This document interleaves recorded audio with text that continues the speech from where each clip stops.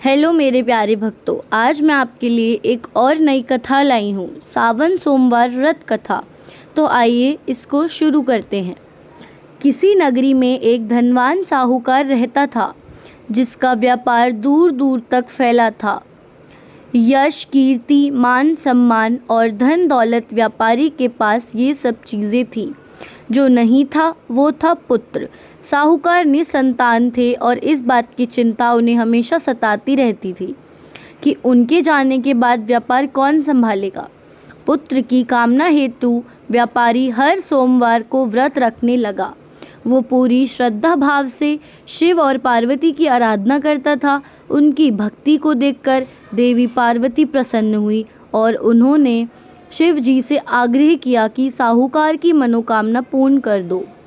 पार्वती की इच्छा सुनकर भगवान शिव ने कहा कि हे पार्वती, ये संसार में हर प्राणी को उसके कर्मों का फल मिलता है और जिसके भाग्य में जो है उसे भोगना ही पड़ता है।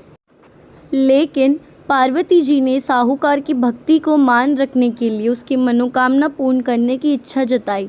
इसके बाद महादेव ने व्यापारी को पुत्र प्राप्ति का वरदान तो दिया, लेकिन साथ ही यही भी कहा कि उसके बालक की आयु केवल 12 वर्ष होगी।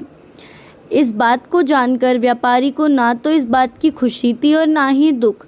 वह पहले की भांति शिवजी की पूजा करता रहा। पुत्र के जन्म पर परिवार के सभी लोग बेहद खुश हुए। जब वह बालक 11 वर्ष का हुआ तो उसे पढ़ने के लिए काशी भेज दिया गया। साहूकार ने पुत्र के मामा को बुलाकर उसे बहुत सारा धन दिया और कहा कि तुम इस बालक को काशी विद्या प्राप्त के लिए ले जाओ और मार्ग में यज्ञ कराना। जहाँ भी यज्ञ कराओ वहाँ ब्राह्मणों को भोजन कराते और दक्षिणा देते हुए जाना। इस तरह मार्ग में यज्ञ कराते हुए दोनों एक नगर में पहुँचे जहाँ राजा की पुत्री की शादी थी। लेकिन जिस राजकुमार से उसका विवाह होने वाला था वह एक आँख से काना था।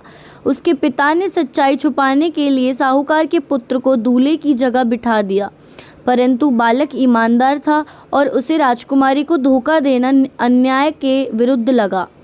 मौका मिलते ही उसने राजकुमारी को चुन्नी के पल्ले पर लिखा कि तुम्हारा विवाह तो मेरे साथ हुआ है, लेकिन जिस राजकुमार के संग तुम्हें भेजा जाएगा वह एक आँख से काना है। मैं तो काशी पढ़ने जा रहा हूँ। जब राजकुमारी ने चुन्नी पर लिखी बातें पढ़ी तो उसने अपने माता पिता को ये बात बताई। राजा ने अपनी पुत्री की विदा नहीं किया, जिससे बारात वापस चली गई। दूसरी ओर साहूकार का लड़का और उसका मामा काशी पहुँचे और वहाँ जाकर उन्होंने यज्ञ किया। जिस दिन लड़के की उम्र 12 वर्ष हुई उस दिन यज्ञ के बाद लड़के ने अपने मामा से कहा कि मेरी तबीयत कुछ ठीक नहीं है। मामा ने कहा कि तुम अंदर जाकर सो जाओ। शिवजी के वरदान अनुसार कुछ ही देर में उस बालक के प्राण निकल गए। मृत भांजे को देख के उसके मामा ने विलाप शुरू किया। संयोगवश उसी समय शिवजी और माता पार्वती उधर से जा रहे थे। पार्वती ने भगवान से कहा, स्वामी, मुझे इसके रोने का स्वर सहन नहीं हो रहा है। आप इस व्यक्ति के कष्ट को अवश्य दूर करें। उस मृत बालक को देखकर महादेव बोले कि ये तो उसी साहूकार का पुत्र है जिसे 12 साल की आयु का ही वरदान प्राप्त था। मृत भाव से विभोर माता पार्वती ने कहा कि हे महादेव, आप इस बालक को और आयु देने की कृपा करें, अन्यथा इसके वियोग में इसके माता पिता भी तड़प तड़प कर मर जाएंगे। माता पार्वती के आग्रह पर भगवान शिव ने उस लड़के को जीवित होने का वरदान दिया। शिवजी की कृपा से वह लड़का जीवित हो गया। शिक्षा समाप्त करके लड़का मामा के साथ अपने नगर की ओर चल दिया। वापसी में वे दोनों उसी नगर में पहुंचे जहां उसका विवाह हुआ था। उस लड़के के ससुर ने उसे पहचान लिया और महल में ले जाकर उसकी खातिरदारी की और अपनी पुत्री को विदा किया। इधर व्यापारी और उसकी पत्नी भूखे प्यासे रहकर बेटे की प्रतीक्षा कर रहे थे।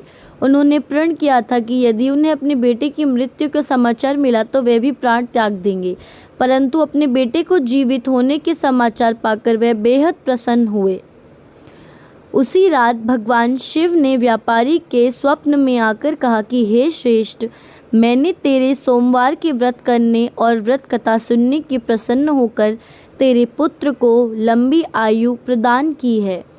इसी प्रकार जो कोई सोमवार व्रत करता है यह कथा सुनता है और पढ़ता है उसकी सभी जैसे दुख भगवान दूर शिव होते ने हैं साहूकार और समस्त की मदद की मनोकामनाएं वैसे ही पूर्ण हम होती सबकी करें।